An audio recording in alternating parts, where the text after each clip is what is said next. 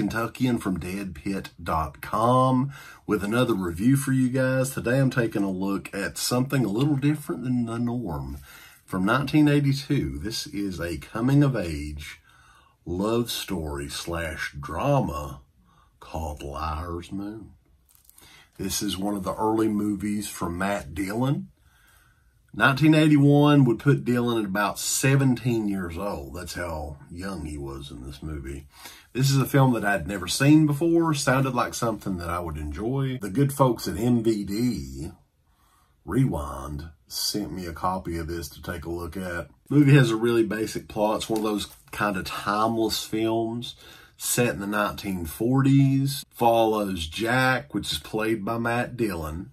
Takes place in Texas. Jack here is a hard-working boy, tries to do the best he can. He comes from kind of a middle-class, working-class family, including his dad, Hoyt Axton, who works on a farm and all that. And one night at the town fair, he comes across Jenny, who is played by Cindy Fisher, who also happens to be the daughter of the richest man in town, who's a banker, right? The two kind of fall quickly in love. They have some tragedy in their lives without giving anything away. The mother of Jack and the father of Jenny both are totally against their relationship. They have you guessing that there's something else going on here that we're not really sure about. The ultimatum was set by Jenny's dad. You're not to see that boy anymore. At that point, they decide to go out of state and elope, get married, find a job out. Jack can find a job out of state, and they can have each other and all that.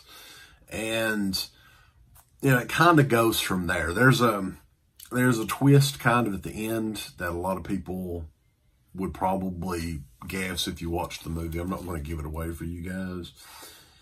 This movie, though, not the typical, you know, it's not something that DEADPIT.com would normally look at. But it did sound like something that I would enjoy quite a bit, and I did. I enjoyed this movie. The director of this film is David Fisher, who didn't really go on to do much else at all. But he did a great job with this. The set on this, I think the cast was really good in this.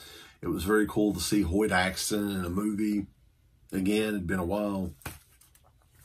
And Matt Dillon does a really great job in this, too. This was one of his very, very first roles. First 3 or 4 roles, I think. The problem with this movie is the tail end of it.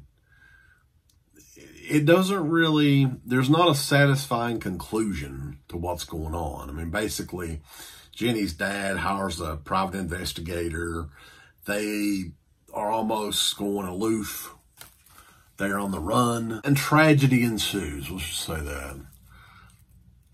But overall, man, this is actually a pretty good movie, and I'd never really heard of it that much before. MVD did an excellent job with this edition. As they do on all of their releases, you got the retro-style slipcover there that has stickers on it and looks like an old VHS rental. Take that off. Take that out, baby. You've got just the standard edition here. This one actually does have reverse cover art.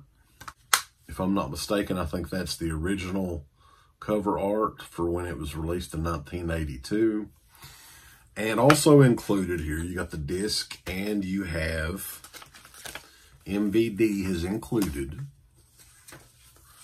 a little mini poster, which they do in a lot of their Rewind releases of this newly commissioned artwork here. Oh, wait, there's more. You also have a 105-minute feature-length documentary on the making of Liar's Moon with the cast, the director, you know, some of the behind-the-scenes folks. Anything that you ever wanted to know about this little-known movie, you will find out in this documentary. There's also a featurette on the music in the movie. I know that's Asleep at the Wheel, the Texas Swing Band, Ray Benson's band. They've been around forever. I think they're still around, actually. They talked to Ray Benson and the director, David Fisher.